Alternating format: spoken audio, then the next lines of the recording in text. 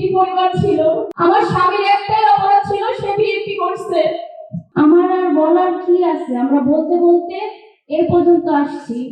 আমরা আশায় ছিলাম যে আমাদের একদিন সুসময় আসবে, কিন্তু আমরা শোকাহত। আমরা আমাদের দেশমাতাকে হারাই ফেলছি। তার কাছ থেকে আমরা অনেক কিছু শিখছি এবং আরো কিছু শিখার ছিল, কিন্তু সেই সময়টাতেই তিনি চলে গেছেন। আর অনেক অপেক্ষায় ছিলাম যে আমাদের মাঝে তারেক রহমান স্যার অবশ্যই আসবে দেশে ফিরে, এসে আমাদের সকল ভিত্তিক পরিবারদের বিচার তিনি নিজ হাতে আমাদেরকে সুন্দরভাবে সেই বিচারটা করে দিবে, আমাদের এই আশা। আমার স্বামীর একটাই অপরাধ ছিল, সে বিএনপি করছে।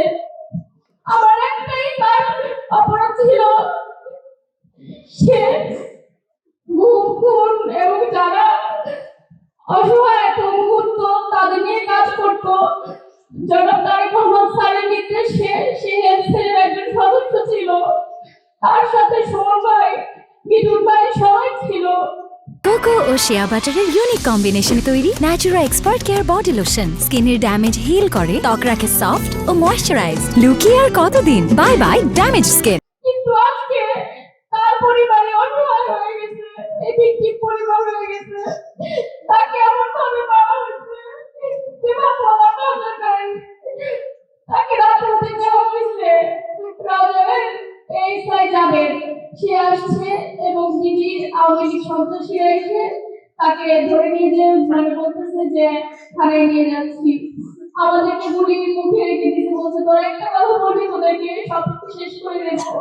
তখন আমার 3 মাসের বাচ্চা কোলে, আমার স্বামী সেই রাতে ছিল শেষ রাত।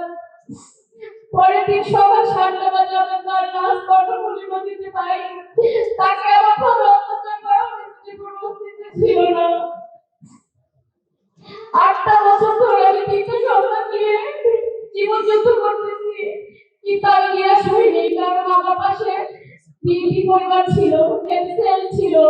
তারা আমার মানে সব সময় আমাদের পাশে আছে, ভিকটিম পরিবারের পাশে আছে। কোন বিপদ আপদ অসুস্থ তারেক রহমান স্যারের নির্দেশে সকল জায়গায় সকল প্রকারের সাহায্য পেয়ে আসতেছি। আমরা তার অনুদানে বেঁচে আছি।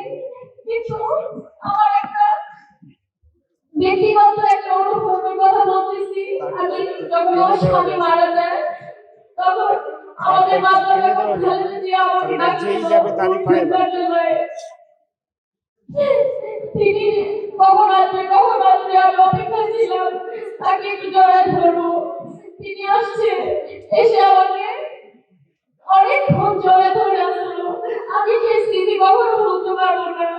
সে আমাকে বলছে, মা তোমার আগে আমি অনেক আগে বিধবা হয়েছি, অনেক আগে সন্তান হারা হয়েছি, তো আজ চোখে শক্ত হয়ে আছি, ঢাল ধরে আছি, তোমাদের জন্য বেঁচে আছি। সেরকম তোমার বেঁচে থাকতে হবে 3টা সন্তানের জন্য।